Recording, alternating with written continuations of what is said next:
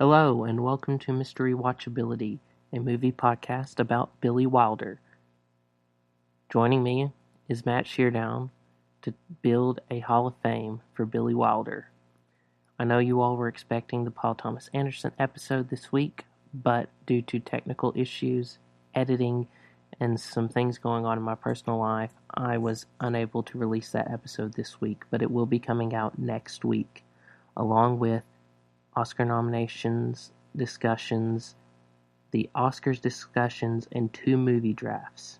So keep an eye out for those in March. But until then, I hope this episode can suffice. Here's Matt and I talking about Billy Wilder and building his Hall of Fame. Good morning. Good morning. How are you? I'm doing well. How about yourself?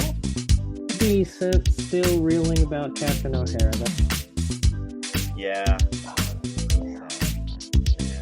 Unfortunate.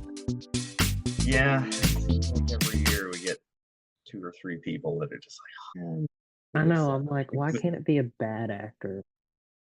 Never is. It never is. I got a text from my wife during the workday yesterday. She's like, oh my God, Catherine O'Hara died. Oh no. Terrible. It's terrible. I know. Yeah. We're losing the big ones. Like Gene Hackman, Diane Keaton. I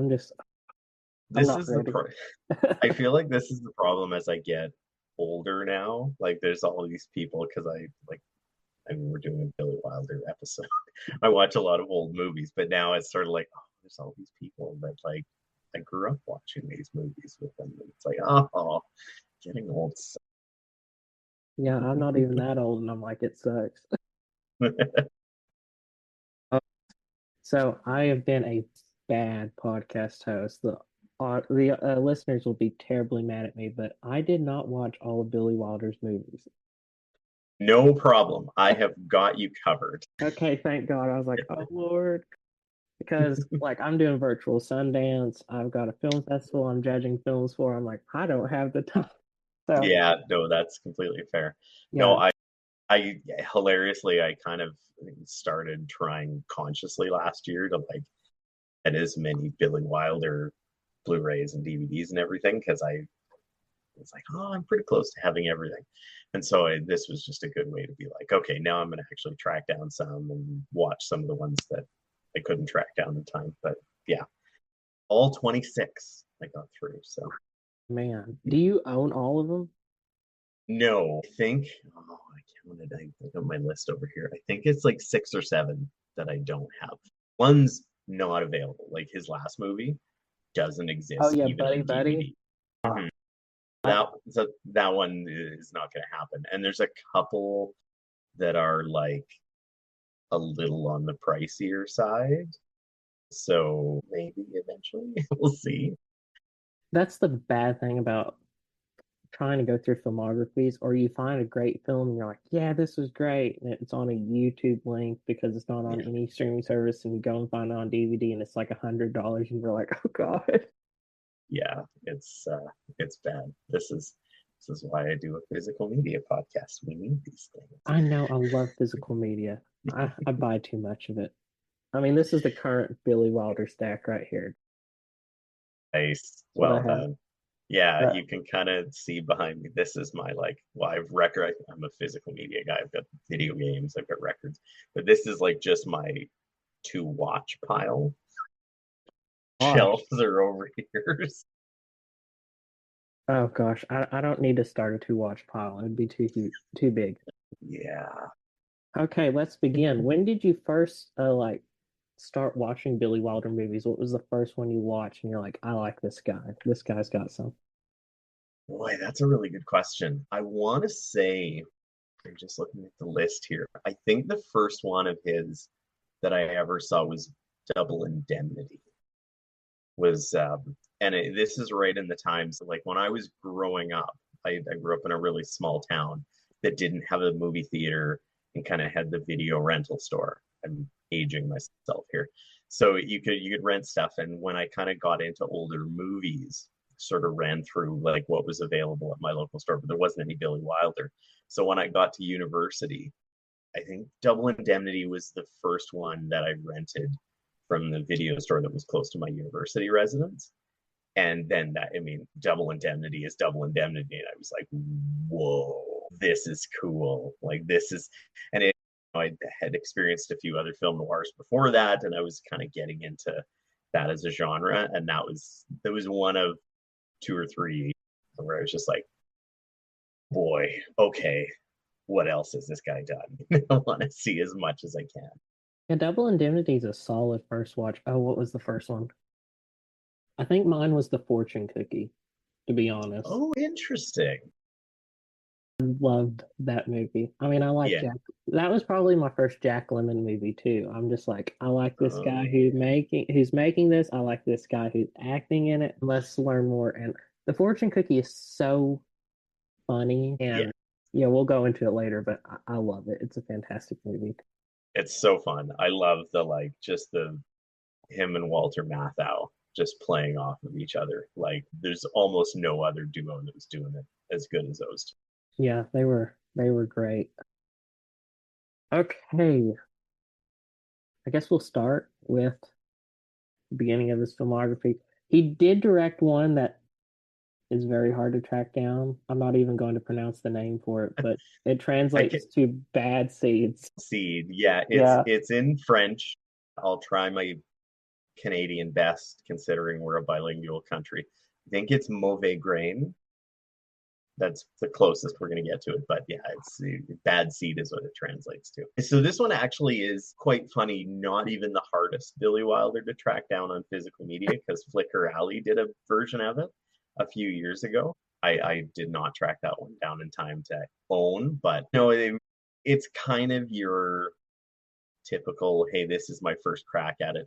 That was made in a weird time because it was made right after he fled Germany as a Jewish person in the early 90s. I can't imagine why. Because he'd written some other films in Germany, he got a chance to write and direct this movie. And you could tell like he didn't really 100% know what he was doing just yet. It's kind of a, it's a first step. There's some touches in the screenplay that are kind of fun little Billy Wilder touches, but in general, it doesn't super work as a movie. But that's fine. I'm Everybody taking needs a first step. I'm taking it to be a red. Yes, yeah, it's Okay, definitely a red. It's we're like it's definitely not, reading this. yeah, it's not like a complete disaster, but it also doesn't quite. Yeah, that makes sense. Normally the first features aren't really the best unless you're like Steven Spielberg or someone. I feel like old Hollywood was a lot like that. Like just people kind of got in because they knew somebody and then learned as they went or like learned from somebody else, which is definitely Billy Wilder. Yeah, because I mean they didn't have what Spielberg and Scorsese had. They didn't have this massive library to look back on and like absorb. It was still in the heyday, so they're like, "Oh, I'm still figuring this out. Let's just shoot some stuff." Exactly. Like there was no Yeah, film school or anything like that. It no. was just, oh, I got into it because I'm a writer, which is exactly how he got into it. Okay, next up, 1942, The Major and the Minor. I didn't get the chance to watch this. So this one's actually quite fun. Like a little kind of in his history, he started out as a screenwriter before he was ever a director in Hollywood. He actually had three best screenplay Oscar nominations before he ever directed a movie. And there's some classics like Nanochka and Ball of Fire, Midnight, and Bluebeard's Eighth Wife. Like him and Charles Brackett got together and were a great screenwriting duo already. And it sounds like he like worked with people like Ernst Lubitsch and Howard Hawks and like watched how they directed. And then when he got a chance to do the major and the minor, he kind of convinced Ginger Rogers, who's the star of the movie, because she had final say over who the director was, like in her contract. And I think her and Billy Wilder like shared an agent or like they had some mutual where she was like, okay, I'll do this. So it's Ginger Rogers and Ray Milland, and it's based on a play, but it's like a classic story of a woman who basically has very little money and is trying to get a train ticket home, so she pretends to be underage. And as part of it, she doesn't get all the way home, but like is taken in by this girls' school because she's like, oh, I'm an orphan trying to get home. Like she's kind of lying her way through it. And so they take her in at the school, and Ray Milland is like the head of the school and has a young daughter who they like bunk in with, and the young daughter like, knows immediately that she's older than she says she is, and it kind of plays on the like it sounds really bad in the modern time, but Ray Milland has these like she looks not like super attractive, but he's sort of like huh, okay, and she just seems a lot more grown up, and it never crosses the line to be like leering or really gross or anything, but it stays like it's very very funny. It's a very kind of lighthearted comedy that he kind of came to be known for, and it's a really fun watch. I would have this one as a yellow because Okay. it's really good. It's like a 3.5 star movie. The thing that's going to happen with Billy Wilder is like if it's not 4.5 stars, it's probably going to be yellow because he's got so many great movies. But this one's a fun watch. There is a physical media out for it on Arrow. I think Arrow Academy has it out. But yeah, it's if you ever get a chance, it's a really fun watch. I'm gonna have to. Okay, when we get to Double Indemnity, that's when I started watching stuff. So Five Graves to Cairo also didn't see. I know it Okay. has Bing Crosby in it, if I'm correct. No, that No. one comes. That's the Oh, that Emperor is Waltz. later. That is the Emperor Waltz. Yeah, I'm sorry. Five Graves to Cairo is the one he does with a few lesser known actors, and I'm trying to remember. I'm going to pronounce his name right. It's Francho Holt, who is an American actor playing a British officer who is kind of trapped in a very small town in Egypt as the Nazis are rolling through northern Africa. And he plays off that he's like a waiter at this hotel so that he can dodge the Germans. It has Ann Baxter in it. It has a few other kind of supporting players that were well known at the time. A lot of German actors because they're playing German soldiers. So he actually cast a lot of German actors. And then Eric von Stroheim is in it, who of course he would go on to work with again much later. Five Grace to Cairo was one of the ones I hadn't seen watching for this. One of the bigger surprises that I was like, Oh, oh, this is excellent because it's sort of all about like that point in the war, like it was at a time in World War II when the Germans had the upper hand, and there's this part where he's trying to figure out like some intelligence as to how they're hiding supplies and how they're winning this part of the war. Very, very snappy dialogue, but also like very suspenseful and very well done, which obviously he would become known for in a lot of his films as well. Really awesome. I know this is one that even in looking up stuff, apparently Quentin Tarantino's a huge fan of this movie as well. Like at one point he put it on like his 10 favorite movies of all time for some list that he scribbled together once. It is also really, really good. It's probably again it's a yellow, but it's a super hidden gem. Like, wow, this is really good. wow. I'm gonna have to check. It sounds like almost like Casablanca-esque in a Very way. much. Yeah. Like it has that vibe, although it's a little more like from the perspective of a soldier trying to shield his identity. It's also some really interesting like cross plots about like, he's an American soldier who then is playing a waiter who is like Egyptian or Turkish or something. And then when the Germans come in, he realizes that this waiter that he's playing as was the German informant for them. So like he's playing both sides against each other, even though he just stumbled into this. Like it's a very Billy Wilder, like it's super tightly plotted. Has a lot of funny moments, has some really good like nice camera moments that aren't super flashy but are super effective. Like, yeah, it's really really good. I'm gonna have to check that out. Sounds really great. Okay, Double Indemnity. I'm already gonna green this. This is the greenest of green. Fire away. Yeah, there is no question. This is his first like of maybe 5 or 6 5-star movies he made in his life. There's not a whole lot we can say that. Oh my gosh. So I rewatched this. Gosh, it's probably been 8 years since I saw it for the first time. And I hadn't seen it since, but everything still was stuck in my mind. And when I rewatch it, this movie is oozing with sex.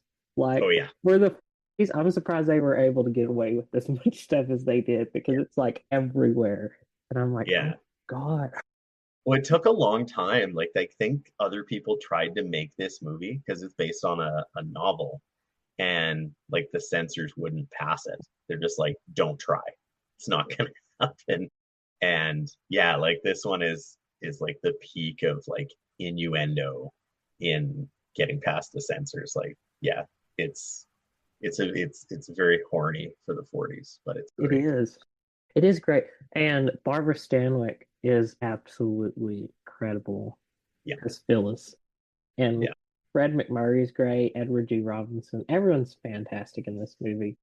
Yeah, and this is one of Billy's first like I'm casting someone that is against their type in Fred McMurray, and like he did it so often, but this is one where Fred McMurray was like the wholesome dad for like forever, and it would go on to continue to be the wholesome dad, and now he's like a skeevy insurance salesman who's perving on somebody else's wife and trying to get away with like murdering somebody for insurance money.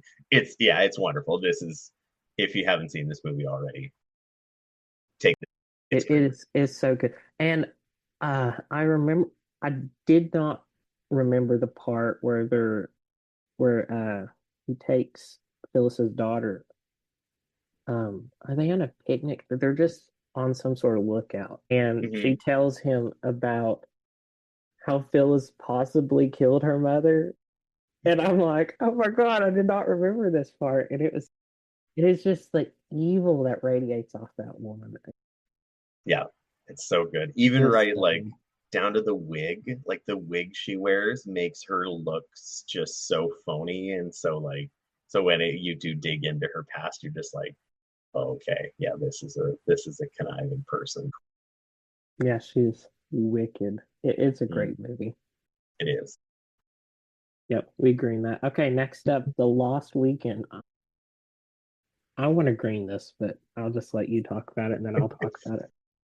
So this is one that I had watched a long time ago and rewatched for this. And it's his first Academy Award win for Best Picture.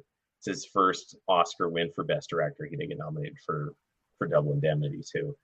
Um, about it's a pretty like unflinching story about an alcoholic, which was not common at that point in time. It's really not kind to his character or anything. Oh, It's pretty like it still hits pretty hard as far as the portrayal. Like it's like, oh, this guy is really going off the deep end and can't help himself. It's actually a like, so it's that movie. He wrote it as a response to writing with Raymond Chandler. So he wrote with Raymond Chandler for Double Indemnity, which was one of the first he had not written with Charles Brackett in a long time. And Raymond Chandler was a recovering alcoholic who relapsed as they were working on Double Indemnity. oh So God. Billy wrote The Lost Weekend as like a way to like rationalize Raymond Chandler's headspace because they didn't really get along all that well. So it's like it's also based on a novel, which they changed some key details because it wouldn't have gotten through the censors because the novel's about a man who is very much a closeted gay man who's a writer and is an alcoholic. So he obviously had to change things. Yeah, it's really, really good. The thing I ran into with this one, I'm just like, oh, like I'm looking at my list right now. I had like 8 greens in there. Just like, oh my God, am I really just gonna put 11 greens in here? This is what's gonna happen. Like this is a pretty strong case for a green. I think it's right on the cusp for me of like, yeah, it's probably there, and I wouldn't be upset with greening it. Yeah, for me, it's like Days of Wine and Roses and Mm-hmm. Leaving Las Vegas. It's like the more you watch it, the more you're like, why did you do that? Don't do Yep. that. Like, just sit and it's so hard to watch this movie. I Yeah. hadn't seen it in years either, and I remember vividly Ray Milland sitting there watching that show and the jackets, the Yeah. swaying.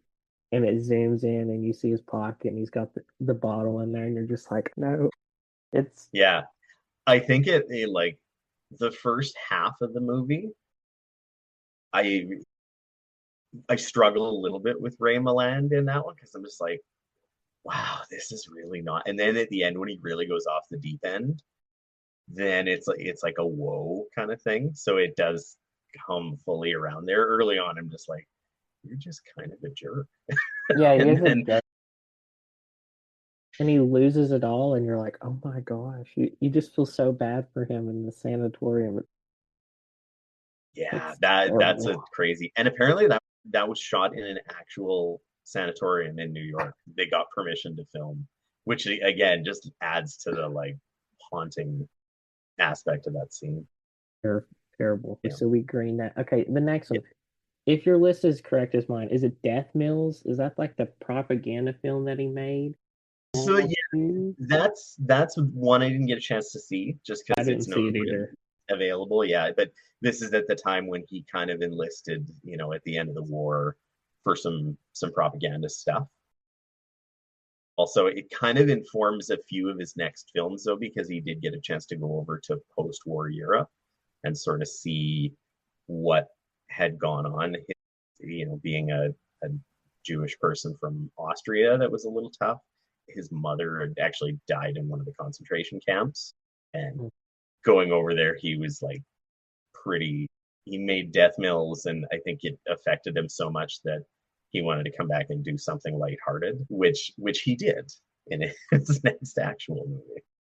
Okay, so I take it we're Reading Death Mills. Yeah, I haven't seen. It'd be interesting to look it up for sure, and I wasn't able to dig it up for this. So I wasn't either. Okay, next up, The Emperor Waltz. I didn't see The Emperor Waltz. I didn't see A Foreign Affair, but once we get into the 50s, it picks up for me and I'll be able to pick up the slack. no worries.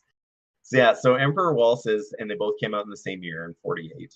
Actually, like 3 weeks apart from each other, Oh which my is gosh, hilarious. they're cranking them out. I know. I think there was some problem with Emperor Waltz in post production that meant they could crunch together a little bit. But so Emperor Waltz is the one with Bing Crosby and Joan Fontaine, and it all takes place in Austria, so it's kind of set there. It's actually filmed in Jasper National Park, which is literally like about 4 hours from where I live up Oh here my in Alberta. gosh. So that's cool. I was like watched. I'm like, oh yeah, this is looking really good, and then looked up. I'm like, oh, that was shot in Jasper. I've been there. So that was kind of cool. There's a couple of dogs that play very prominent supporting roles. Bing Crosby has a little kind of mutt dog that's called, oh, I don't remember, Buttons, I think is his name. Buttons is robbed of a Best Supporting Actor nomination. Buttons is great. And then Joan Fontaine has a poodle. She's more of like an aristocrat's daughter.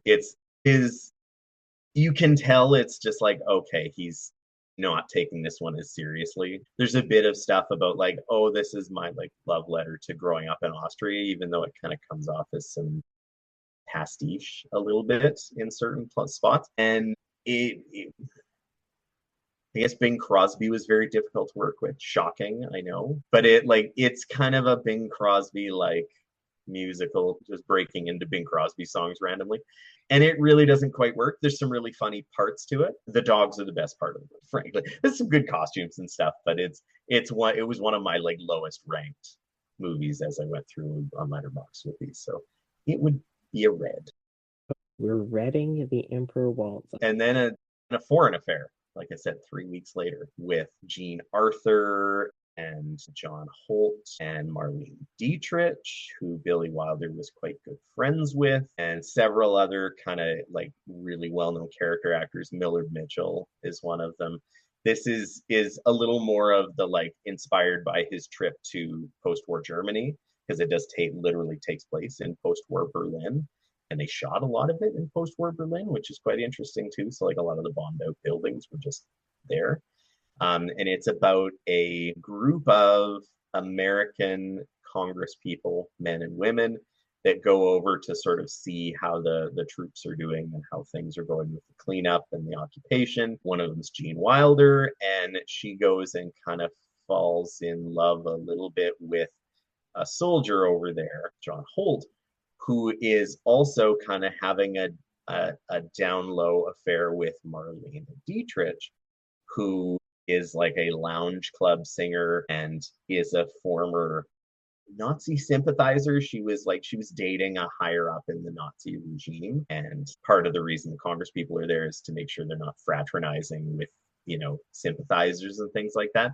So part of the love story is that Jean Arthur falls in love with him, but he is very much like trying to seduce her in order to cover up his affair with the other stuff. It's an interesting movie. It's a better movie than The Emperor Waltz for sure. Like Jean Arthur's wonderful, Marlene Dietrich is great. Millard Mitchell anything I see him in, I'm happy with.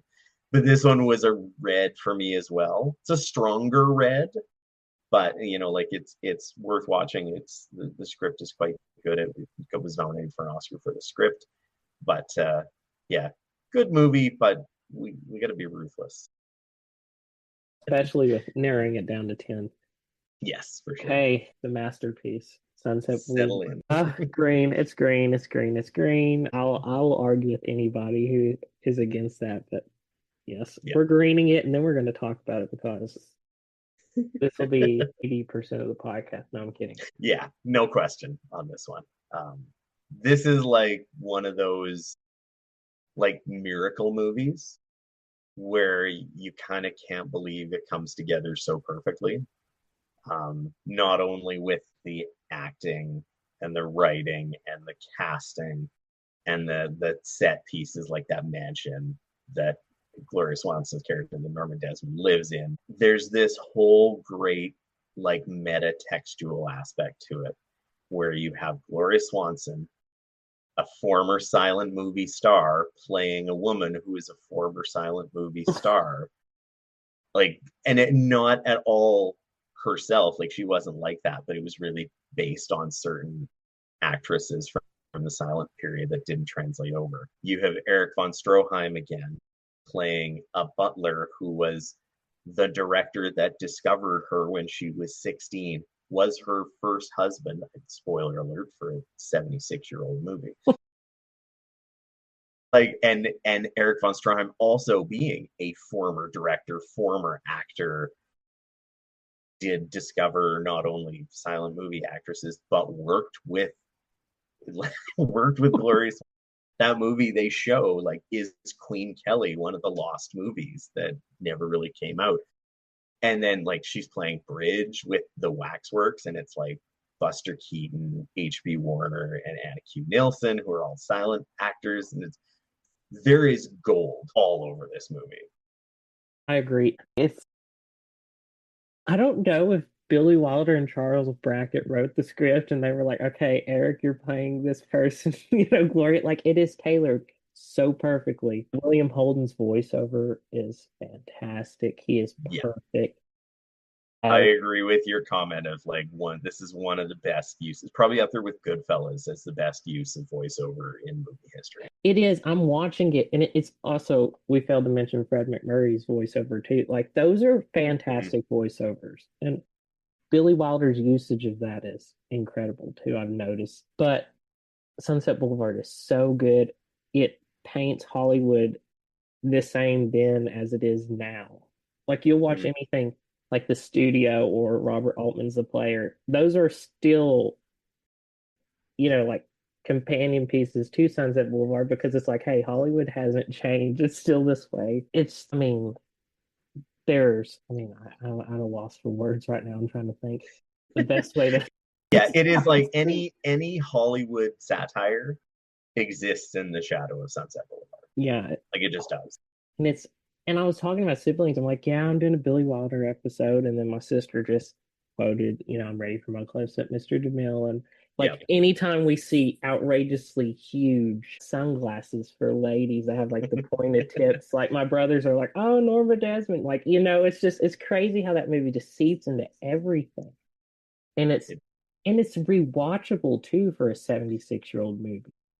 It is, and it actually is the part that makes it like there's certain parts of it that you kind of go back to and like you forget how good Nancy Olson is in that she's part incredible. of like the script reader, and you forget like everybody knows the big Norma Desmond moments where she's gone insane, but like the moments where she is like really breaking herself down and like going more suicidal, depressed part, like there's not a false move in there. Like Gloria Swanson is immaculate in this movie. Yeah, I think Judy Holliday won Best Actress that year, and I'm sorry, but we're gonna boot her out and replace her with Gloria Swanson because that was Yeah, the clear winner that year.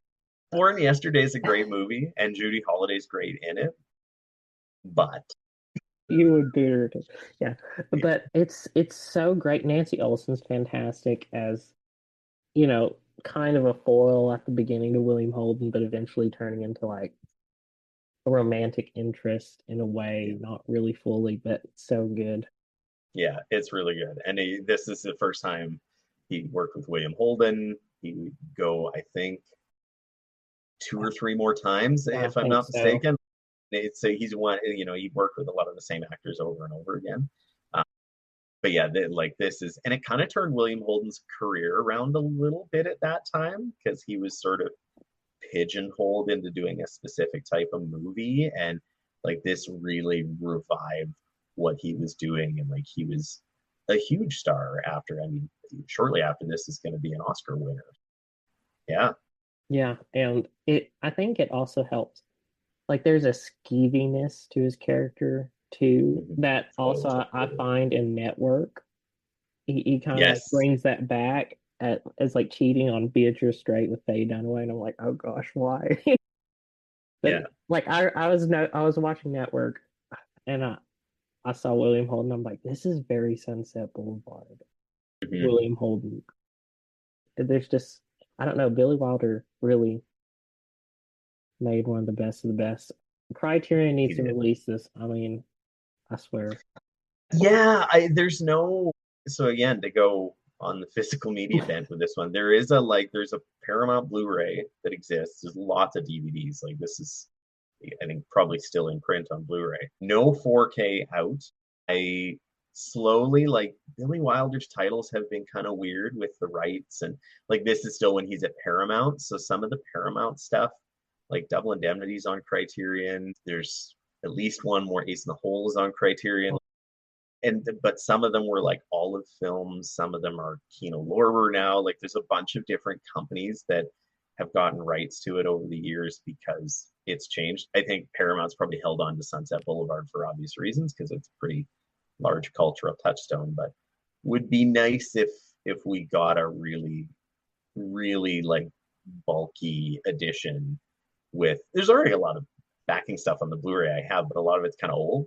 It Mhm. would be fun to have some like, yeah, some, Refreshed um yeah. takes and whatnot. Yeah, that would be nice. Okay.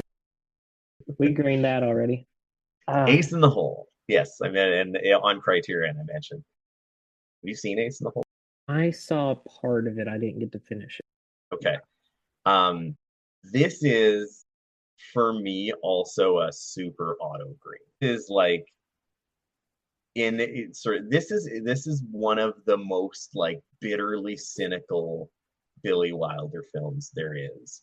And I think on my Letterboxd review when I rewatched it, I put that this belongs on the Mount Rushmore of cynical media movies with like Network, as you mentioned, Bamboozled, something else that I put on there. But like this is like just such a absolute takedown of the media circus that is still like unfortunately really still relevant today. It just, it's about a man who's stuck in a mine that Kirk Douglas, who's a journalist in a small town in New Mexico, is trying to get back to the big time in New York because he's gotten fired for being like a maverick journalist. And you can tell that like there's so much about the journalist and the newspaper media aspect that's like Billy knew so much about because he used to be a newspaper journalist in Germany. So like there's a lot of those details that you can tell like he knows and he brings to life really well. But also like he fully understands how much the media can, I don't know if you curse on your I podcast mean, or yeah, not, you but can, like, yeah. yeah, like how much the media can really fuck with stories and just take like go right into like the Britney Spears in the 2000s, like paparazzi hounding her, and the Princess Diana stuff. Like it just has this thread of sensationalizing and like taking advantage of a media sensation. And this is like an absurd, overblown version of that that is so spot on and is tough to watch in spots, but also is just like, it is like stunning to watch. I mean, from what I saw of it, Kirk Douglas plays an absolute dog. And that, And he's so good at like, I know where Michael Douglas gets it from, is his it. dad. I mean, if you watch Fatal Attraction or Wall Street or whatever, you're Yep. just like, yeah, I know where you get this from. It's your dad. It's Yep.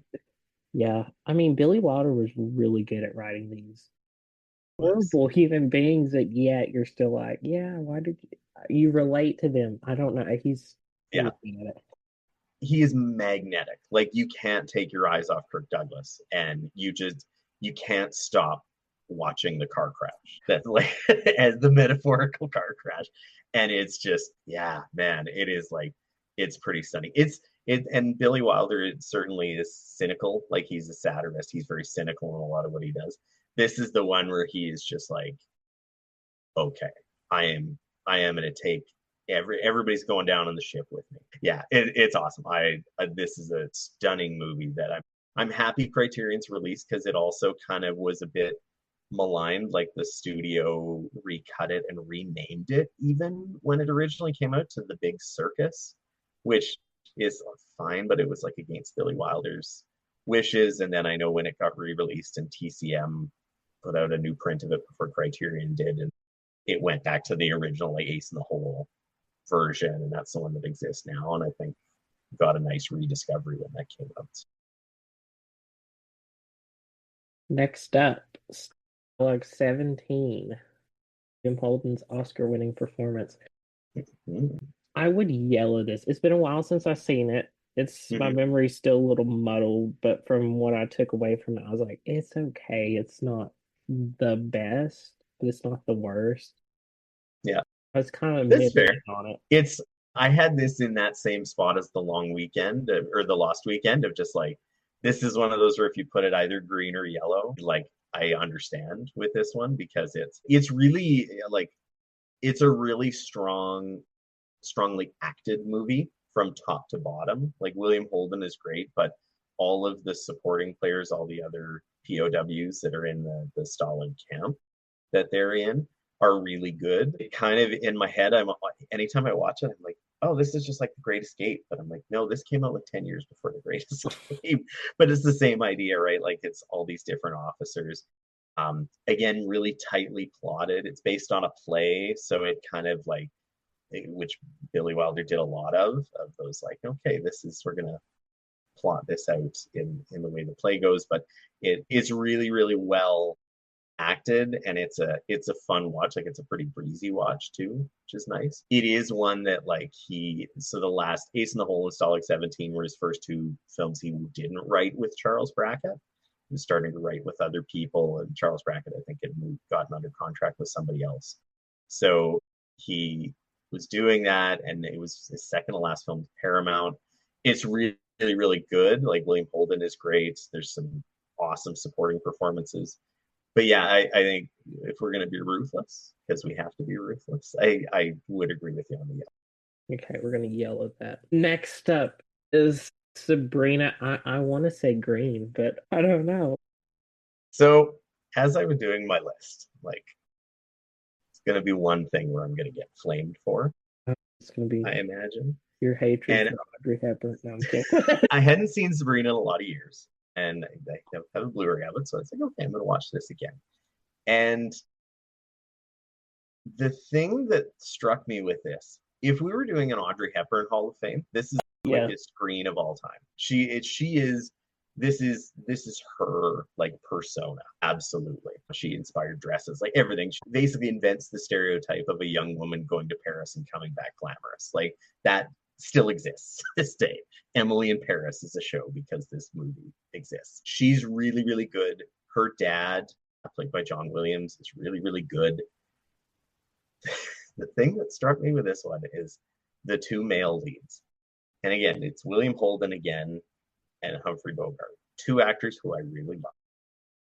William Holden is so horribly miscast in this. He is like I was watching it and I'm thinking like there's something about him like I don't know, but I'm watching Humphrey Bogart and I'm like you're in the right movie. Like for me, Yeah, Humphrey Bogart is in the right movie. Holden, I agree. And Holden, I'm just like, what are you doing? Like, I was like, there's three or four other actors immediately I could think of that I'm like, if this is Montgomery Clift, this oh, works great. If this is like even lower level actors, like you can pick out a lot of like good looking, frankly, younger actors than William Holden by that point, which I know was a thing at that point. Like also Humphrey Bogart is way, way older than Audrey Hepburn. And I think the role for Humphrey Bogart, like this works well for him. He had that range to be able to do romantic lead stuff, and this is one of the first. I actually don't know that he had. I don't didn't feel like he had very good chemistry with Audrey, even though he's good in what he does. Like I didn't. Maybe it was just this viewing, and I'm fully accepting that I may be in the minority with this opinion.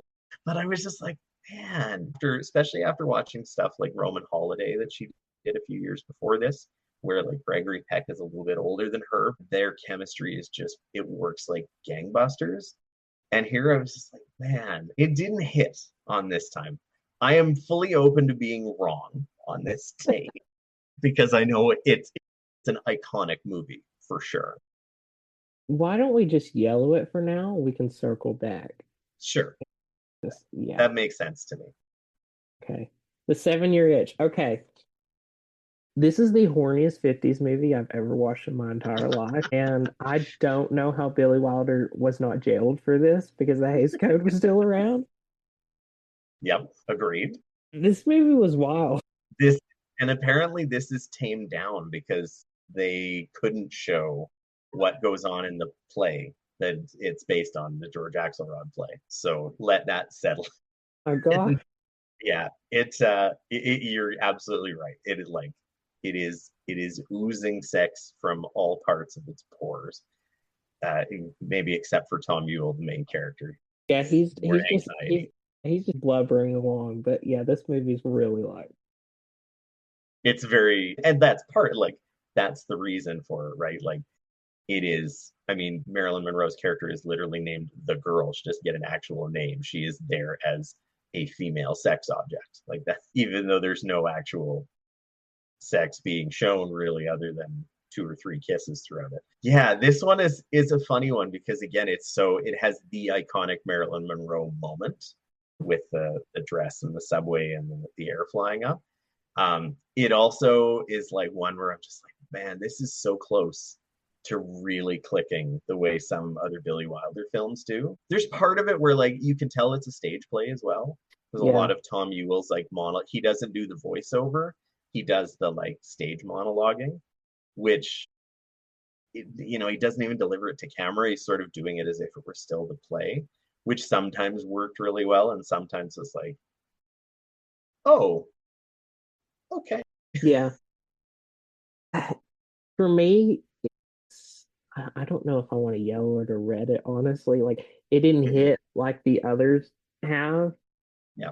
But I mean at the beginning with it started off with the Indians, of course, and I'm just like, oh gosh, where does this go? But it's like they send their wives off, it's hot in New York, and it's just this guy who sends his wife and his son off because it's so hot so they can cool down. And the entire time he's just like, yeah, I might cheat on my wife. I might cheat. And Even I'm though like, he's doing the like, I'm not one of those guys yeah, that and I'm does it like, in it. oh, it's just like, and I know Billy Wilder writes these characters that do some unseen, like terrible things, but I'm just like, no, no, no, no. Yeah. Like, just this is not. I don't know. I'm kind of in Marilyn Monroe, bless her heart. I'm so glad she gets to do more in Some Like It Hot. But this movie, she's kind of just like, yeah, and then that's it. She has, she has a couple of moments in this where I'm like, you are fantastic. Like the one where he's doing the dream sequence where she's playing the like the red dress and like tangoing in. And I'm like, okay, you are clearly very funny and very talented at being a comedic actress. Like I think she's is the beacon of this movie. Like she is the best thing going for it. But also it feels funny to want to like put a red on this film because it's so iconic. If it were the Marilyn Monroe Hall of Fame again, it's probably green because of the iconography. Yeah, I don't I it's fun and it's funny, but it also is like in looking at this filmography, I'm okay if you want a yellow or red either way, but Okay, no, we'll do. Okay. Okay, next up, The Spirit of St. Louis. I didn't get a chance to watch this one. mm-hmm. Well, This is maybe the most disappointing movie I oh revisited no. or I visited for the first time when doing this. And that made me really sad because I really enjoyed James Stewart as an actor. Obviously, very much enjoy Billy Wilder. I think Jimmy Stewart really wanted to do this movie. Like he was lobbying to be Charles Lindbergh in a movie. It's all about the Lindbergh flight. Um, it's really boring in spots. Like there's some moments that are really good, but there also is a lot where I was just like, boy, this is really all we're doing. Hey, like it's unfortunate because I like kind of everybody that's into it. Again, it has some great moments, but it just didn't quite work. And I don't know if this is the only movie Billy Wilder ever did for Warner Brothers, and he was kind of in that limbo between his contract at Paramount and then doing more independent United Artists Mirish Corporation stuff. Um, yeah, this one just didn't work for me, and I was really sad about that. So it would be a red for me. We're going to go on a full spectrum of colors here because he had 3 movies out this year. Starting with this one, was 319. He's a busy man. Okay, so Love in the Afternoon. I watched this. I'm kind of middling if it's a Okay. yellow or if it's a red. Because there are Okay. moments that are really, really good. Mm-hmm. There are also moments that are really, really boring. Yeah. And I cannot decide. Audrey Hepburn's great in this again. She's still playing like the Sabrina-esque, wide-eyed, innocent. Yeah. And her dad is this private investigator. And of course, the whole thing gets kicked into motion because this man's wife is having an affair with him, with Gary Cooper, and Audrey Hepburn hears about it, and she's like, "Oh crap, this guy's gonna die because this guy is gonna get shot," and then concocts a scheme, and then it just all goes from there. And I mean, it was great. I mean, not great, but yeah, I'm still middling about it. I'm still thinking about it. I'm like Mm-hmm. yellow, red. I don't know. That's fair. I This is a really like this is one of the Wilders that I'm like, this is a fun movie. I don't know if it's a great movie, but it's like it's really fun. There's some really great jokes. There's some really fun performances. Audrey's great. I do like Gary Cooper, even though this plays kind of against a lot of what I think of Gary Cooper. Like being the old rich playboy type, kind of like I don't know if it fully works, but he has some really fun moments doing it. It has some great Billy Wilder isms, like the gypsy band that he brings to his hotel every time he brings a woman in so that they can just play music to soundtrack him trying to seduce them, not even trying, succeeding.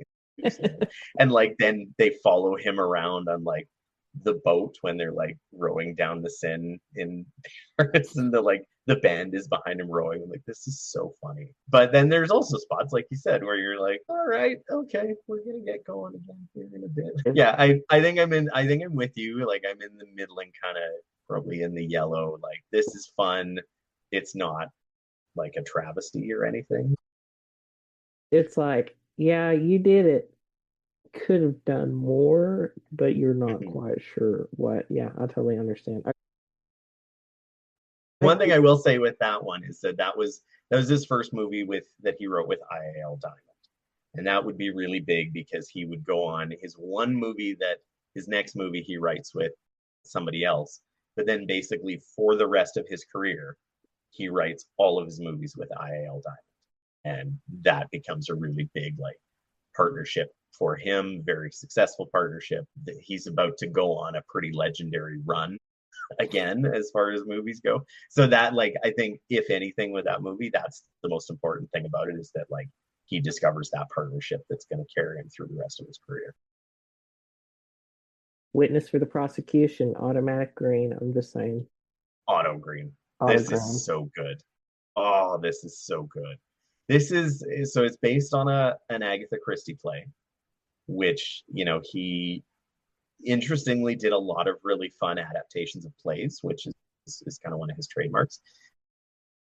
Yeah, dude, man, this is one of the great all-time courtroom dramas, even though it is a very like Agatha Christie self-contained one. Like this isn't a 12 Angry Men or a The Verdict or A Few Good Men, like where it's really sprawling. This is pretty contained, but like Charles Laughton is phenomenal.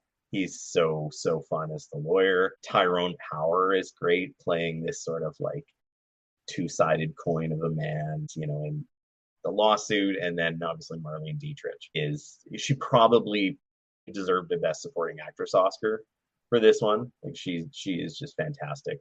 It's so well scripted. It's, you know, he was nominated again for Best Director on this one.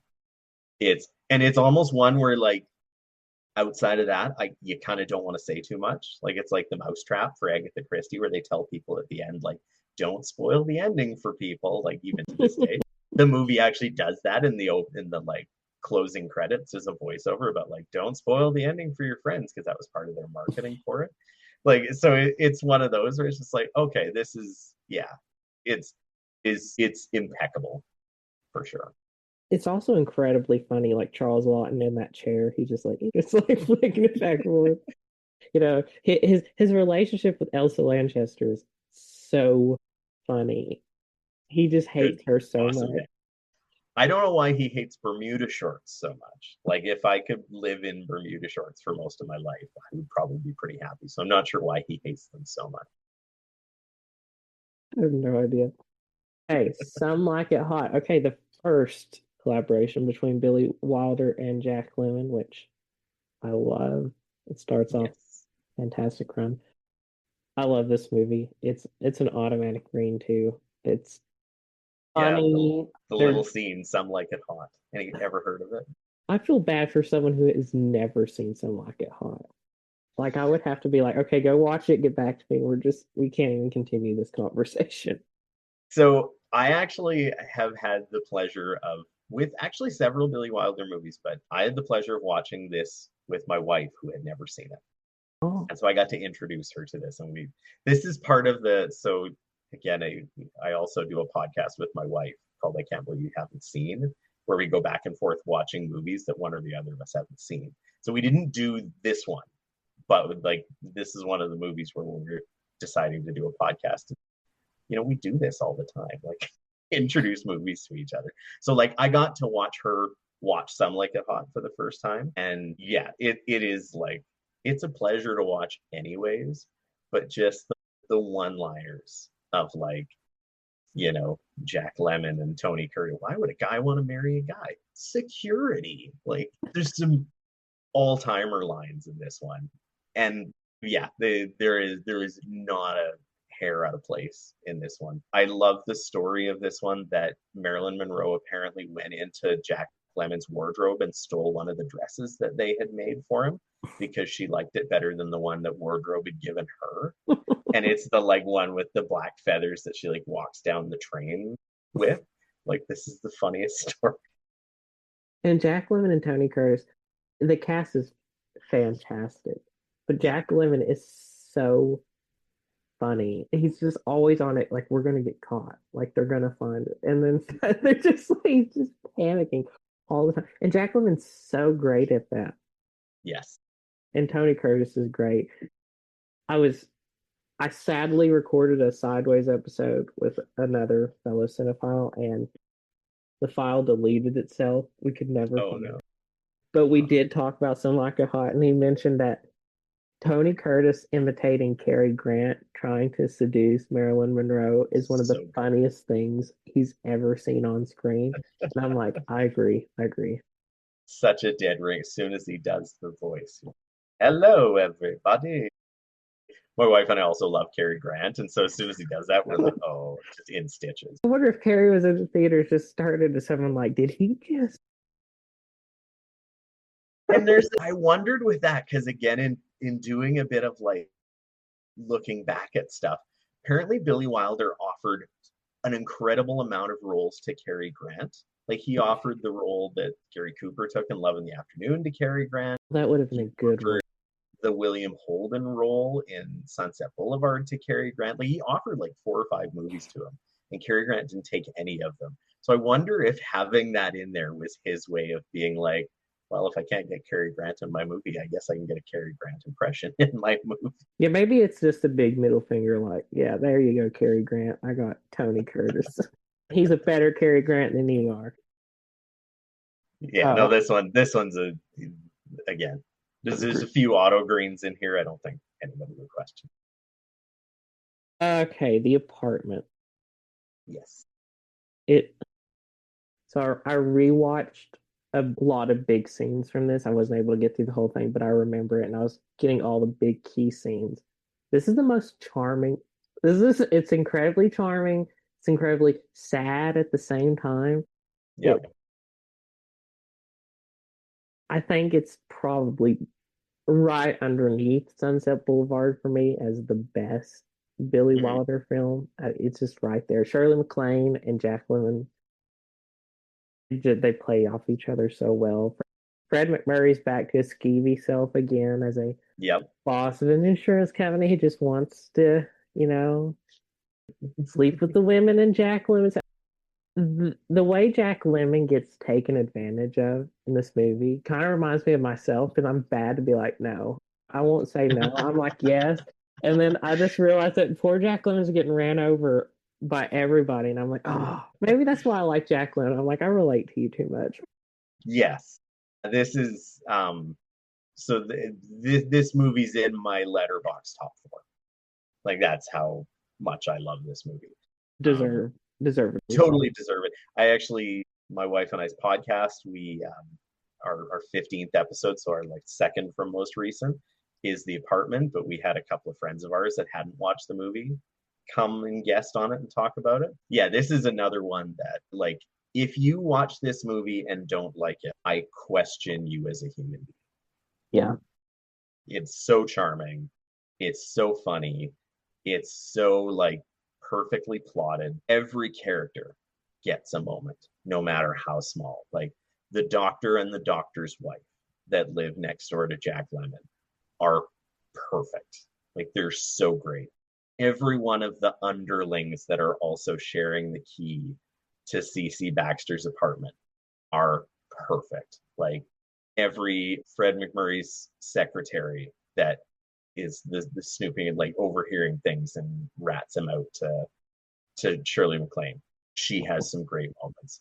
Like his kids, Fred McMurray's kids, have that one scene during Christmas where they're opening presents and shooting rockets and like spouting off all this like high level knowledge of NASA missile launches. And like this is 3 seconds of this movie, and these kids get this like perfect little moment. Like it's this is it's one of my favorite movies of all time for sure. And it's putting it as is this the best with something like Sunset Boulevard is tough because it like they're very different movies. But this is this is one of I'm gonna be watching this movie for the rest of Yeah, I'm trying to think what movie everyone's like, oh, it started the rom-com. Everyone probably says it's like Roman Holiday or whatever. I think it's The Apartment. Everyone should be looking at as starting the rom-com. kind of the modernized version, yeah, because like they existed in the 30s, and like if you go back to like It Happened One Night, it's kind of the birth of like the rom-com screwball comedy type. I would probably agree with you. This is one where it's like it brought the romantic comedy into like a modern sensibility where it wasn't just a super unbelievable, oh, I see you and I'm in love with you, and that's the entire movie. Yeah, Like it's there's very a much real reason to it. yeah, there's an evolution of the romance, Yes. Even the scene where Shirley MacLaine gives him the flower, this, Yeah. yeah, and that I'm just like, oh, this is so sweet. And then her Mhm. leaving Fred McMurray in the dust when Yeah. the New Year's party, running back to his apartment, worried that he shot himself instead of just popping champagne. And I was she's like, "How's your knee?" Just like this. She's great. She actually is the reason I think this movie is the perfect movie it is, because Jack Lemmon, we know Jack Lemmon's great. Fred McMurray, is a seasoned vet. Like, he does really, really well with it. Everybody's really good. And at this point, like, Shirley MacLaine was on the up. Like, she wasn't a star just yet. And she is like existing on her own plane in this movie, because everybody is kind of like the Billy Wilder comedy and the archetypes and like the things he plays off like work so well. And Shirley MacLaine is so different in this. She just is just like, okay, that's like, it reminds me a little of like Kate Winslet in Eternal Sunshine of the Spotless Mind, where like everything's going on and she just is here on a totally different level than everybody else, and everybody's reacting to her, and they like, she is perfect. This is the movie that basically makes her a star, and I love her in a lot of different kinds of movies, but like everyone's great, and I think she's the reason this movie stands out like a little above everything else. Yeah, I agree. She's so great, and she's still with us, thank God. But She is. She hasn't made a movie in a little bit, man. She's probably made more great movies over different decades than maybe any other actor. yeah, It's pretty astounding. and her evolution from like sweet, young lady like in this to like grumpy older lady and like Steel Magnolias is Yeah, fantastic, and I appreciate so every good. bit of it. Okay, one, two, three. I know this has James Cagney in it. I didn't Mhm. get around to seeing it. So this is also for me the greenest of greens. So this is a wild movie. Okay. Absolutely wild. This is actually when I was rewatching this, because I've seen many of them. I watched this with my wife who hadn't seen it, and she was like, "This is wild." So it's a movie about James Cagney's character, who is a higher up executive with Coca-Cola, and he is stationed in West Berlin, like Cold War Germany, and is in charge of the Coca-Cola bottling operations and marketing and whatever in East or in West Berlin.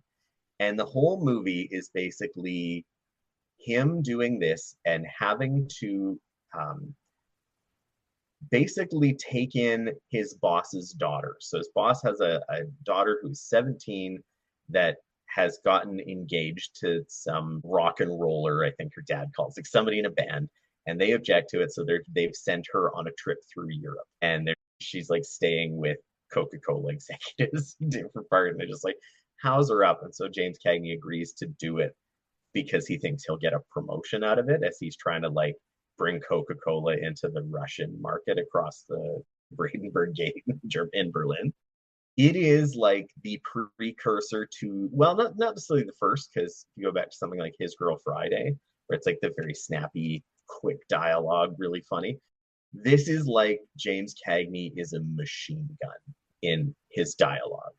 It is amazing. Like, he has such great rhythm. It's just like his like gangster movie days where he's just spouting off things like in the Public Enemy and White Heat, and he's not telling jokes, but he is hilarious. And the whole thing just spirals around this idea of like the boss's daughter coming over, and she basically gets engaged to a man in East Berlin who is a communist. And this is like taking down capitalism, it takes down communism, it takes down like the corporate environment, it takes down the like Southern Belle type, the cheating on your wife with a secretary type. Like, it is a mile a minute jokes.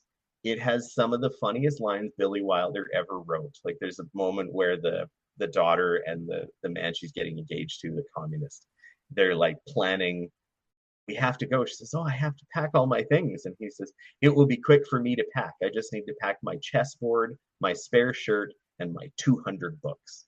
Like, this is the funniest takedown of communism I've ever heard. But he also is just as critical of Coca-Cola and of capitalism. And like, yeah, this is a five-star comedy for me in the way that it's just like this is the fastest talking. Like, yeah, I love this movie. This is my one that I think is probably a little underseen that I wish more people knew about. Okay, I didn't get to finish the next one, so I can't even remember how to pronounce this. This is gonna be so bad. Irma la Douce. Okay, that's what I was gonna say, but I'm like, yeah, I'm gonna get like criticized heavily on social media or whatever. So yeah, didn't finish this, so I can't really be like, yeah, as a whole, I liked it. Right. So this is another Jack Lemmon and another Jack Lemmon and Shirley MacLaine together. Shirley MacLaine is playing a prostitute, a sex worker in Oh, Paris. scandal. And Jack Lemmon's character is a police officer who sort of works the beat in the red light district where she and several other women ply their trade. And she has a little dog that she always keeps with her. And Jack Lemmon eventually gets fired from his job. And because they're friendly and he's down on his luck, he sort of stumbles into becoming effectively her pimp because she's being mistreated by her other male handler. It's probably a polite way to put it. And then it becomes a love story because they fall in love. It is very silly and really fun, and it's probably a yellow, but it's one of Billy's like more low stakes, lighthearted, entertainment focus comedies that is like just really small, self-contained, and quite funny. But again, it's we're stacking it up against a lot of all-time greats, so it's a yellow. It's worth watching for sure. There's some good laughs. Okay, I didn't see Kiss Me Stupid, but I know it's about Dean Martin basically getting held hostage by a couple. Dean Martin playing a version of Dean Martin. Yeah, this is a funny one. This is actually one of the ones that I think the Legion of Decency really opposed to because this is also a very horny movie. Gosh. It originally was supposed to star Peter Sellers, Oh, actually. And Peter Sellers had a heart attack and was not able to continue. He had to go back to Britain. So they recast it with Ray Walston, who's one of the like underling managers in the apartment that is stealing the key, that's using the key. And he's actually quite good. This is one of his few like full-on starring roles, which given the circumstances kind of makes sense. I have this as red, but there is a lot of really fun moments in this movie. Like there's some fun setups. Dean Martin is quite like he's playing such a caricature of himself, but like I think knowingly, like he's like sending up his own persona in a lot of ways. There's some good songs because the whole movie's kind of based around Ray Walston being a small town songwriter, and he sabotages Dean Martin's car as he's going through this small town in Nevada, going to Vegas. And like he's trying to sell songs to him. So like all the songs were written by George and Ira Gershwin, who were friends with Billy Wilder. So like there's some pretty good talent in this movie. Again, it's worth watching. It's minor Wilder for sure, and I would put it as red, but it's a fun time. okay. Let's put in a red. Okay, the fortune cookie. I want to green this, but This is getting ruthless. yeah, I know. Yeah. I mean, I really like this movie. Walter Matthau Mm-hmm. won his Oscar for this, and Yep. it's I still can every time I watch a football game, I always think of one of the cameramen just getting plowed over. Because I just think of Jack Lemmon, he's out there with his camera shooting the thing. And all he does is just get like a minor injury, but his brother-in-law is Walter Matthau, and he's like, yeah, Milk it. you Yeah. gotta milk it. We gotta get all the money we can get out of this. And it just keeps going on and on. And he has private investigators after him, and he's it's hilarious. I love it. Yeah. I I really like this one. I do too. It's so funny. Probably I'm biased because of the first Billy Wilder I seen, and I'm like, this is fantastic. But yeah, That's fair. I want to This agree. This is really fun. It like is there's one other movie in this like later period of Billy Wilder that I think is like the same as this one, right on that cusp of like, yeah, it might be green, it might be yellow, it depends on the day you talk. Like Fortune Cookie is yeah, it's so fun.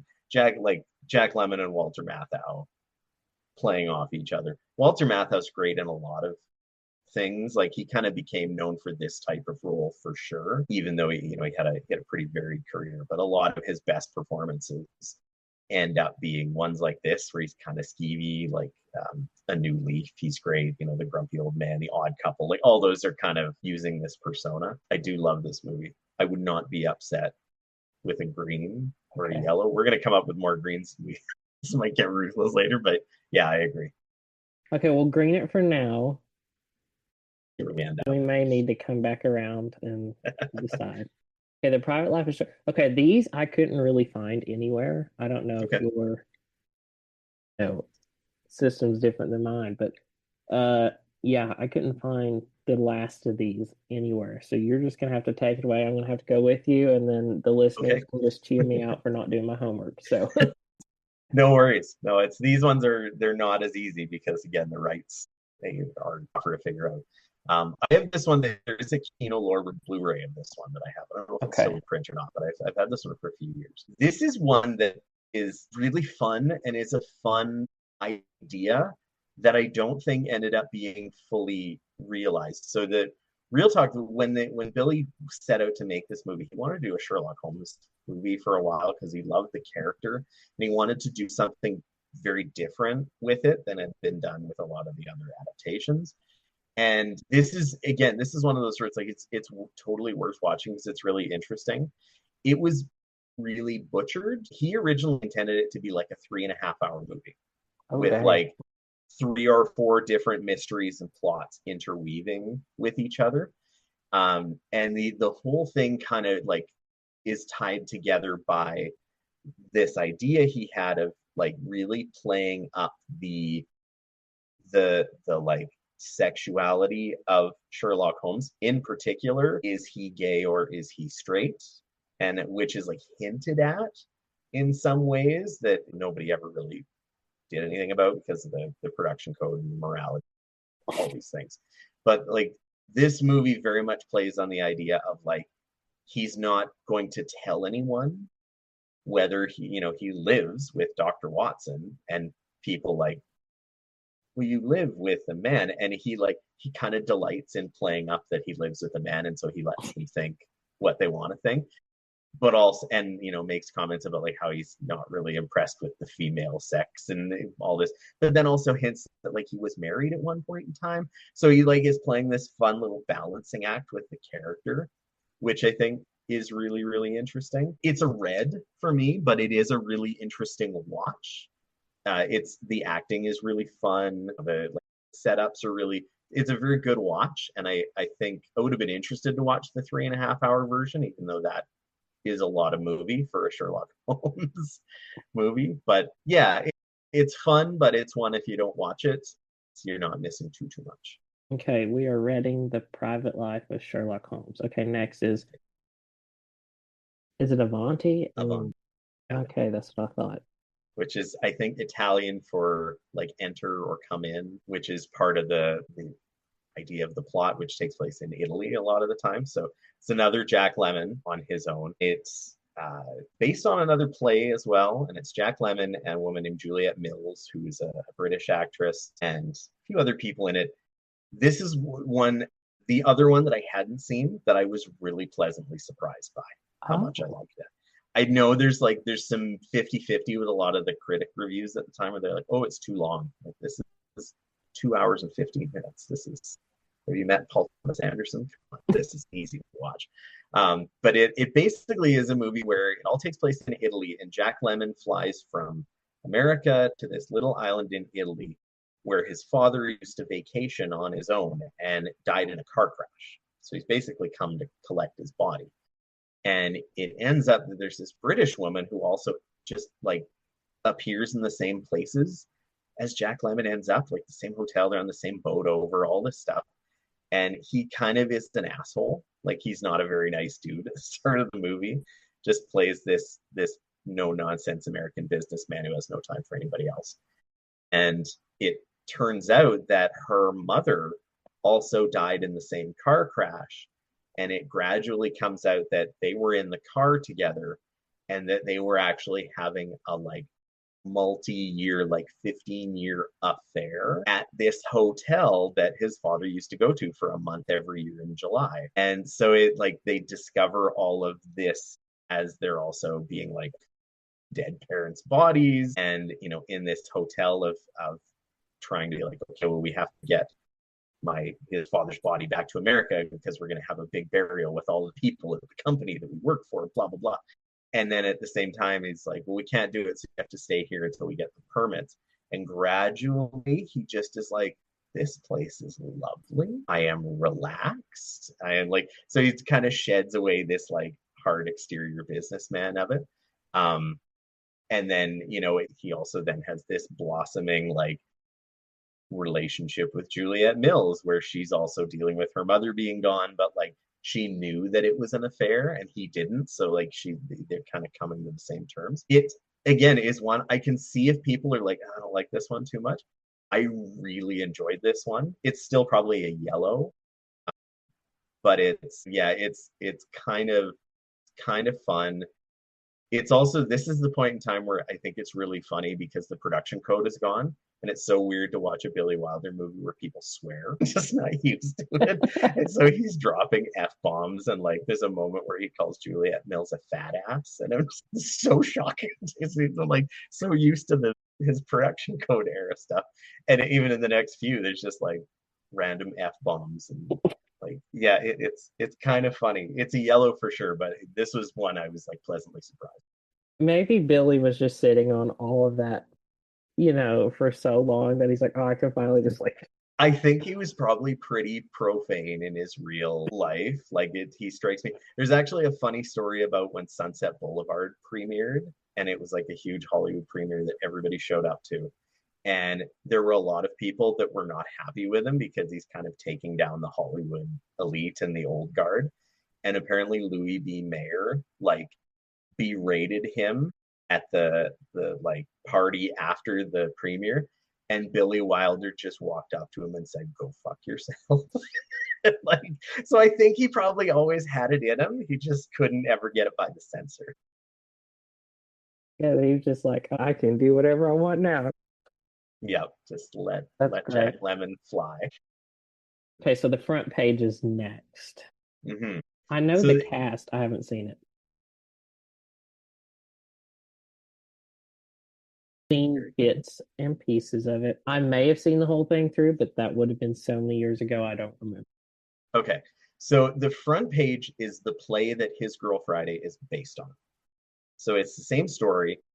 The play originally has the main character, the journalist, as a man, whereas in His Girl Friday they change it so that it's Rosalind Russell, and then Cary Grant is the newspaper man who is her boss, and they're in a relationship. So in the original front page, it's just the two men, and again, this is played by Jack Lemmon as the newspaper man who's about to leave, and Walter Matthau, who is his boss. Again, Walter Matthau is very profane in this one. It's great, but the story kind of follows the same thing where they're there to track the news of a man who's been convicted to be hung for some kind of crime. I can't remember what crime it is. So it mostly takes place like in this journalist room where they're going to cover the story. So you can tell very much it's a play. It's really, really fun. It's not anywhere near as good as His Girl Friday. Like His Girl Friday is an all-time comedy classic. This one is also, it's really fun. I think mostly because of Lemmon and Matthau playing off each other, and the setup of it is really good. Again, it's probably yellow on the verge of red, again, for being ruthless, but it's a fun watch for sure. Okay. Yellowing the front page. Okay, so I know Fedora is like a notoriously bad movie. How bad is it? So it's not that bad. Okay. It's not tremendous. I think it's of the ones that are kind of his notorious quote unquote not good movies. This is the one that I think's been a little bit reclaimed with some time. There's some parallels to some aspects of Sunset Boulevard with it. It's a little bit convoluted, which I think is its big detriments. The whole movie again with William Holden again, so there's some other echoes of Sunset Boulevard. And he is a kind of aging movie director who's trying to get a new project off the ground with independent financing. And the only way he's been able to sell it to any of his financiers is that he's going to have a reclusive movie star who goes by the name Fedora to star in it. And they had worked together back in the day, had like a one night kind of fling and never worked together again. But he sold this movie based on her starring in it. So he goes to this remote island where she has kind of shut herself in, doesn't want to be seen by anyone, and has this like family, aristocratic family that she's staying with that kind of like very subtly won't let anybody see her. And so he kind of is trying to like get in touch with her because he wants to sell this movie. And it becomes more mysterious as to why. And like he does see her like in their gardens. And then in like halfway through the movie, there's this pivot that you don't necessarily want to fully spoil it, but it kind of, it's a little bit of a leap of faith, and I'm not sure if it fully works. Kind of don't necessarily see it coming, so it's a well hidden twist, but I'm not sure if it really makes the movie work. So like I said, it's not as bad as you probably may have read, but it also is not. It's a Okay, the final one, Buddy Buddy. Could you find it? I did. I Oh. found a stream online of this one. That was the only place I could run across it. This one is probably, this and Bad Seed are probably his two worst movies. Oh. We bookended them with his worst. And even though this is Jack Lemmon and Walter Matthau again, this one really doesn't work on the whole. It's a comedy about Walter Matthau, who is a hired assassin who has basically been given money to kill these three witnesses who are about to rat on a member of the mafia. And it kind of is done hilariously as far as the like him taking out these first two men, and the bulk of the movie is him getting set up in a place where he can basically snipe this third dude from a hotel room in somewhere in California where they're holding him. And Jack Lemmon comes in and is somebody who's staying at the same hotel and is trying to win his wife back, who wants to divorce him. She's younger, and she's come to this part of California to go to this like guru spa, like tantric sex sort of rehabilitation center that is run by this crackpot doctor played by Klaus Kinski, which is kind of wild. Like, it's such a funny, he's actually quite funny in it. Again, he's just this whack job. And then they end up in the adjoining hotel rooms, and Jack Lemmon basically is trying to kill himself because his wife doesn't want to get back with him, so he's going to commit suicide. And in doing so, he is interrupting Walter Matthau's assassin plans. This then becomes the comedy of them becoming friends, buddy. It's kind of like, you can tell that this is a movie that is way past its prime as far as could this actually work in the early 1980s, and it just doesn't. Again, there's some funny lines. There's always funny lines in Billy Wilder movies, but yeah, this is probably, if I was power ranking these movies, this is probably either near or at the bottom, unfortunately. Hey, Buddy is a red. So let me go back through and we'll count our greens and we'll count our yellows and we'll go from there. Okay, so here we go. This is going to be ruthless. 1, 2, 3, 4, 5, 6, 7, 8, 9 green. Wow. Okay. Okay, and 1, 2, 3, 4, 5, 6, 7, 8, 9 yellows. 9 greens and 9 yellows. Okay, let's prepare. So what do we have as green? Okay, our greens are Double Indemnity, The Lost Weekend, Sunset Boulevard, Ace in the Hole, Witness for the Prosecution, Some Like It Hot, The Apartment, 123, and the fortune cookie. Okay, so I guess now we get to start eliminating our yellows. Okay, so we have 2 yellows we can pick from. And if we could do at least 2 honorable mentions. Yeah. Just to keep them. But like the 2 that will go in, that's the hard parts. Mm-hmm. The Major and the Minor, 5 Graves to Cairo, Stalag 17, Sabrina, The 7-Year Itch, Love in the Afternoon, Irma La Deuce, Auntie, and The Front Page. Okay. I'm pretty comfortable as much as I really enjoy The Front Page and The Major and the Minor. I think we can those ones I don't think would be in contention if we're only looking at 1 spot, 2 spots, 1 spot, 2 spot. Wait, 2 no, spots. 1 spot, 1 spot. Yeah, because we have 9. Yeah. Okay. Oh, geez. Yeah. So I think those 2 I don't think are up to the snuff of the rest of them. I guess maybe.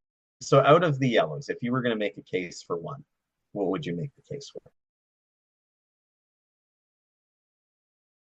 Honestly, I hate to say it, but it would either be Sabrina or Stalag 17 out of all of them. That's what I would do. I don't know what you would make the case for. Okay. I think that's probably, yeah. I'm just looking at I do really love 5 Graves to Cairo. I think it's really interesting, but I don't think it's on the level with the other 2 as far as going in a Hall of Fame. So of those 2. Yeah, that's because they're very different movies too. And one's iconic and one, won an acting Oscar. He was nominated for Best Director for both of them. Yeah. Yeah, you're kind of splitting hairs there. I tell you what, I will let you, this is your podcast. Oh, no. This is your Hall of Fame. This is your Hall of Fame. No. We're not doing that. No. Okay. Well, there goes that theory of putting pressure off of me. Yeah, you can make the case for either of them. If we're going legacy, it would probably be Sabrina because it casts the biggest shadow. And if you were going acting and everything, it would be Stalag 17. I think the writing's good in both of them. I am willing to admit that I'm wrong about Sabrina because there's no way that it's on every AFI 100-year best romance, best comedy list and not. I'm more than willing to be incorrect about Sabrina. So let's go with Sabrina. Are you sure? I think so. Sure. Okay. Yeah. Do you listen to The Big Picture? I do. Yes. Okay. As Tracy Letts said in the Robert Redford Hall of Fame, we're building it, not the listeners. Put what you want in there. So are you sure? I'm sure. I think, and to go again on The Big Picture, they've had some Hall of Fames where they've done the blue picks. It's the Maverick, individual.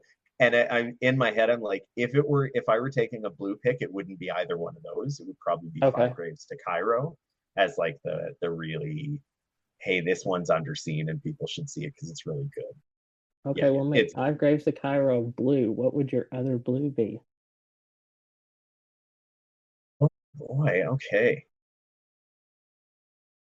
Of the ones we didn't pick, Avanti's a fun pick for that too. Stalag. I think if we're not picking Stalag 17, that's my other one because the ensemble acting is really something to behold with that one. So we avoided being massacred by a bunch of Audrey Hepburn fans. I'll still get flamed for it, but that's fine.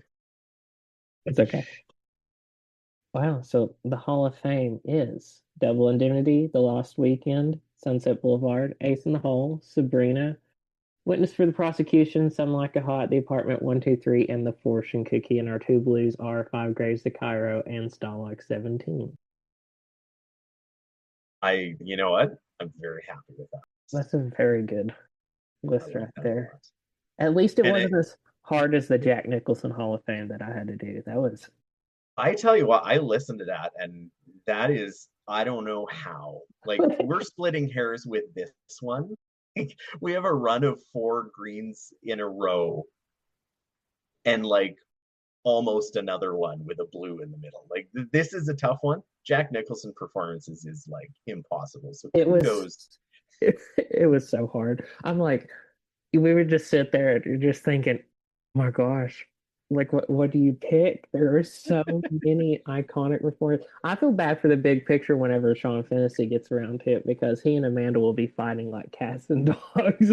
I know. Or Like that one, that Robert Redford one they did with Tracy is just like this is 26 movies, and then most of them I'd seen already, so I didn't have to rewatch them. Like, how many? Like, it's got to be like 60 movies in Robert Redford one or oh more. my gosh, yeah, like in the Paul Newman one, gosh, Paul Newman had so many movies. They're like So many. and they just went through every. I'm like, guys, how did you find the time? I know. And knowing Sean and following his social media and him being a physical media head as well, I know that he's like scouring to find every one of those movies to do it. And I'm just like, yo, I love physical media, but Fantasy, you're a sicko. Yeah, he is such a sicko. Some days I'm like, yes, I admire to be like Fantasy, and then at the same time, I'm just like, I don't have the money to like put everything in a garage. Watching ones with him and Tracy Letts and just knowing like, yeah, Tracy Letts is just like, yes, I have all of the Criterion collection and all of the Radiance collection and all of the like, just like, boy, I like Tracy's Criterion Closet video where he's like, yes, I have all of these. all I'm of just these like, movies. oh, It's great, and I love that his wife, that Carrie, plays into it too. She was on Jimmy Fallon talking about her husband being on DVD Beaver, looking up Blu-ray things and how she thought it was porn. I'm like, this is great. that I is love hilarious. that they're leaning into this. I feel like if when Tracy passes, which I hope is like many, many, many, many, many years down the road, I feel like Mhm. Carrie will just come out and be like, I never liked the DVD. It's just like trying to get rid of it. Yeah, it is physical media is just such it once you're going, you can't stop. Well, you can see my records behind. Like I have shelves. Still I have a I know. list. I'm just like, I don't want that one. The wallet was the size of my Yeah. ambition. And then Yeah. when you think you're done, you find another and or another movie comes out and you're like, I can't wait to own that on DVD. And then you're just I know. it's Yeah. It's like when I do the episodes where I'm doing a label discovery. Like I'm doing one right now for Radiance Films, and I'm just like, I'm opening up another can of worms for myself. like I was scouring eBay last night looking at imprint DVDs. I'm like, oh, they've got the Stray Story on Blu-ray. You can't find that. Yeah, I know. And I like, there's the part of my head that I'm just like, no, be patient. Things will come. This is how it works. And then you see it's like, But do yeah, I have it's to so be bad. Yeah. patient? Like I can't like I could never find the movie Palm Springs, on Hulu, and it's not on DVD anywhere except for like the for your consideration. And I canceled my Hulu plan because of course, it sucks through your wallet dry. So I bought Yeah. the FYC DVD. Costed me like $60 and people are like, how did you find that? And I'm like, eBay. Yeah. It's It's like sick. yeah, and then now when I look for it on eBay, it's like $100 more, and I'm like, thank God I got a good deal. Yeah. Yeah, I know. It's like there's the thrill of finding some of those for cheap, which is great. Yeah, I'm And then always there's like those kind where I'm just like, if it's a very rare movie to find and you can find it for cheap, I'm just thinking, you idiot. I don't know who you were that got rid of it, but you should have I've kept had it. those moments where I've been somewhere and like looked like left and right and be like, am I the only one that's seeing it? Yeah, and I'm like, and you just sneak it, and you're like, oh my gosh, I feel like I'm robbing the place. Like I was at a used bookstore and I found Seance on a Wet Afternoon. Hmm. And that movie's hard to find. I found it for like $10, and I'm just like, Yeah. it's like, who's gonna see me take this? It's great. Is anybody gonna ask questions? No, don't look it up. Okay, yeah, here we go. Yeah, I like doing that. Okay, so I have a rapid fire. I'm gonna start doing this year. Sure. Questions. Okay, what's your Mhm. favorite movie? Okay. The one I tend to come back to more often than not, because I ask me on a different day, whatever it is. It's probably Doctor Strangelove. Give me the black comedy for sure. And Kubrick, yes, but Okay, a movie that you're embarrassed to admit you haven't seen that is well known. ooh, oh, that's a very good question. I think it's so the one that I've been meaning to check off my list, and it's highlighted more recently with the last Sight and Sound poll, and it's on Criterion, so there's no reason for me not to, even on the channel, is Jean Dielman, the number one on the latest Sight and Sound poll. I've not ever seen it. I know it's long, but it's one that probably is like the most prestigious international movie I haven't seen yet. What's your favorite movie snack? Give me Reese's Pieces. Oh yeah, that's a good one. Great Yeah. choice. Favorite movie beverage, like something you drink, when you're watching a movie, your go-to.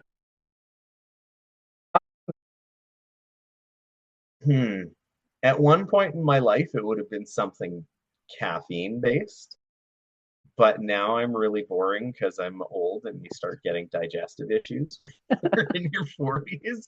So now it's boring and it's probably water, but I'll be less boring and go with iced tea because there's still a little bit of caffeine.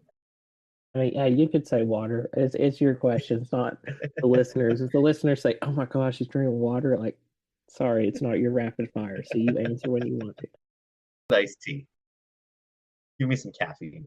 What's your favorite movie trope? Mm, a great question. I I really like when you get a movie that does like a piece of cross-cutting with something where like a character's remembering a memory or like something's about to happen and they're realizing it's about to happen with a crosscut. I'm trying to think of an example of that. There's some of it in Steven Soderbergh's The Limey where there's like some cuts to memories and things. Memento has some of that with like things that Guy Pearce is remembering. I really like that as a trope. Like I like things like that where a director sort of shows it and doesn't have to tell it necessarily. I like that. Okay, do you have a least favorite one? One that happens, you're like, oh, this again. I don't necessarily mind it, but I think it's a bit of a cop out when you do the like thing before the end credits where there's a little like text blurb on screen as so and so ended up doing this and then go to the next character. They moved to Florida and did the whatever and they ended up in jail. Like I'm just like, okay, it's like there's some that work really well, but at this point I'm like, this is just lazy. I think Fill that instead in of myself. yeah, that or just show you and not tell you. Like, Mm-hmm. right, great point. Yeah. Okay, do you have a movie that makes you laugh? Yes. Mm. Won't say any Billy Wilders because we've been talking lots about him, but most of them make me laugh. I'm a really big Monty Python fan. Have been since I was a kid, and I I still belly laugh watching Life of Brian. I think it's just I love the satirical bent on the whole story of Jesus thing. I'm not a super religious person. So I don't have any bones in my body, so if it's sacrilegious to some, I still think it's just funny. I mean, I'm religious, but I think of them singing "Always Look on the Bright Side of Life" is funny. So I mean, if I get punished for Yeah, that later, it's okay. no, you know what? And I think I love that movie so much because it's not funny at the expense of the religion. It's funny because of the people that misinterpret the things, and I'm just like this is great. Like I love that comedy of misinterpretation. Do you have a movie that makes you cry? So there's actually one that is maybe a little surprising, but like gets me every time. The ending of The Elephant Man by David Lynch always gets me. And there's some moments in other movies that really get me, but like that was one that I was very surprised by. Like I don't think I've ever cried in another David Lynch movie other than The Elephant Man. Every time it gets me. I mean, The Straight Story is pretty emotional. It is too. I think probably because the most of the Elephant Man is that emotional, and that like moment in the theater is so powerful. It's like, oh man, got me again. Okay, if you could slap a movie character that annoys you, who would you slap and why?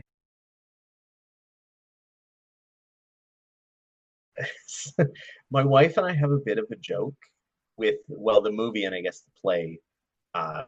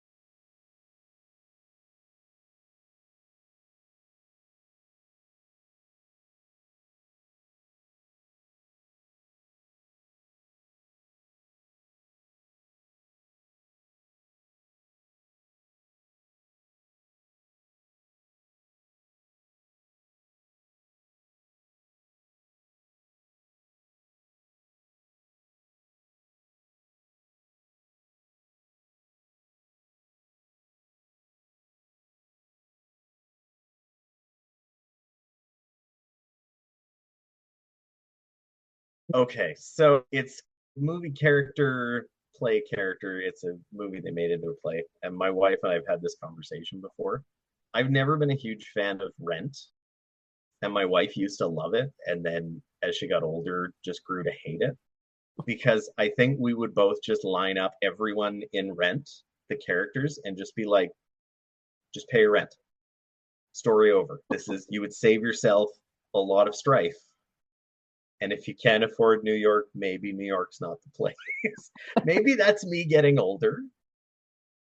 That's that's the one where my wife and I have had that conversation of being like, you could save this not so great play in our minds. I know people love Rent, so I'm going to get flamed again.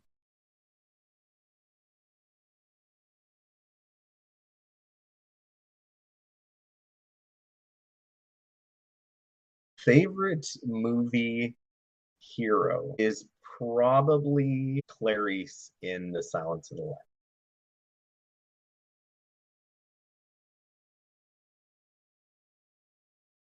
Such a badass. And Yes. like someone just like panicked and like not a professional at her job yet and just is like just so driven and like, no, I am absolutely out of my element and still just being like such a stoic, like I will swallow my pride. All the just all those things. Like I love that character.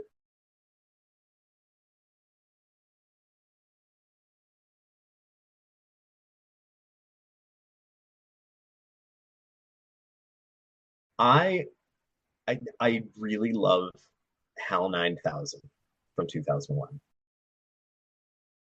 Something about like just the tone of voice that Hal has that just is, it never raises above. It sets the atmosphere for that movie so perfectly, and it can be construed as just calming and soothing or so sinister. And I love it.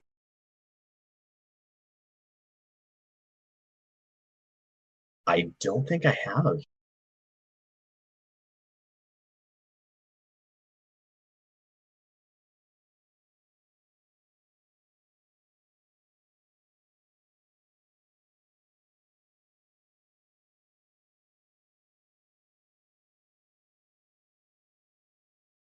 That's awesome. Yeah, I love no notes. Drop the mic and leave.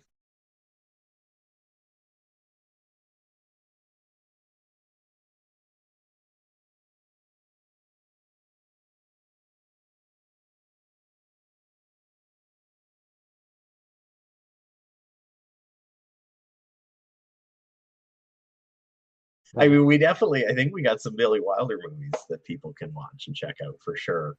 If I guess I can talk about my podcast, the one, so I do one on my own called Cinema on a Shelf, which is all about movies and physical media, kind of everything to do with collecting, lots about labels and things. Big hobby of mine, as you can probably tell, talking about physical media copies of these. So yeah, it's Cinema on a Shelf. It's kind of everywhere podcasts can be had. It's also on YouTube.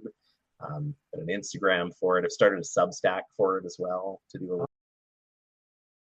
trying. Yeah, it's a fun little creative outlet. I mentioned the podcast I do with my wife. I can't believe you haven't seen, where we're like 16 episodes deep now, and sharing movies. And we've had some friends guest on that one, which is just more off the cuff than us just talking about movies we love and the other person maybe likes or maybe doesn't like. But it's been really fun. Yeah, that's about everything. I don't know if there's anything else I want to hype up. I guess the last movie I watched in the theater was No Other Choice, which is great. More people should see it. Wasn't nominated at the Oscars, but it so deserved it. I think, you know what? I think it probably is honestly in the long run going to be to its credit that probably more people will go to it because it was snubbed.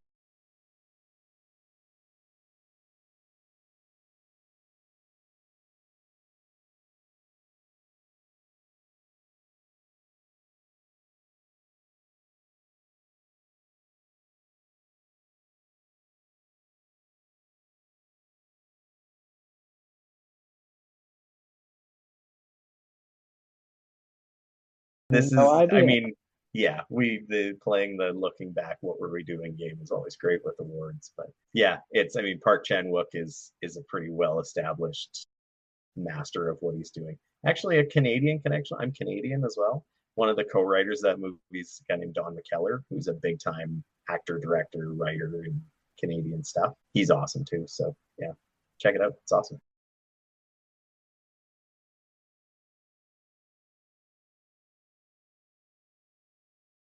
Bunch of Billy Wilder. Yeah. Well,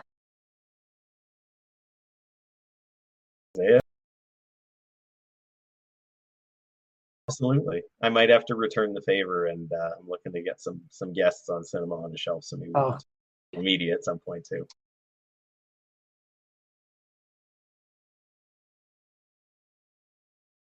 Nice.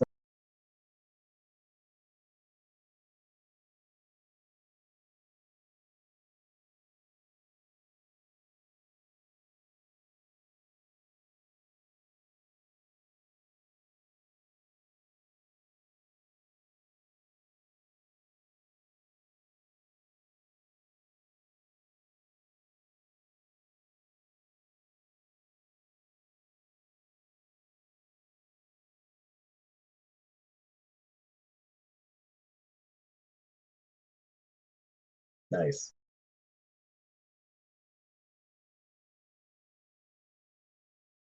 Wild. I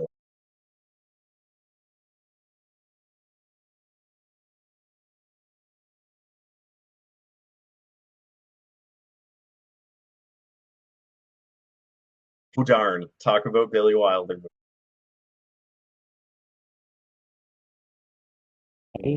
You too. Thanks, you too. Take care. I hope you guys enjoyed this episode, and I hope you tune in next week for the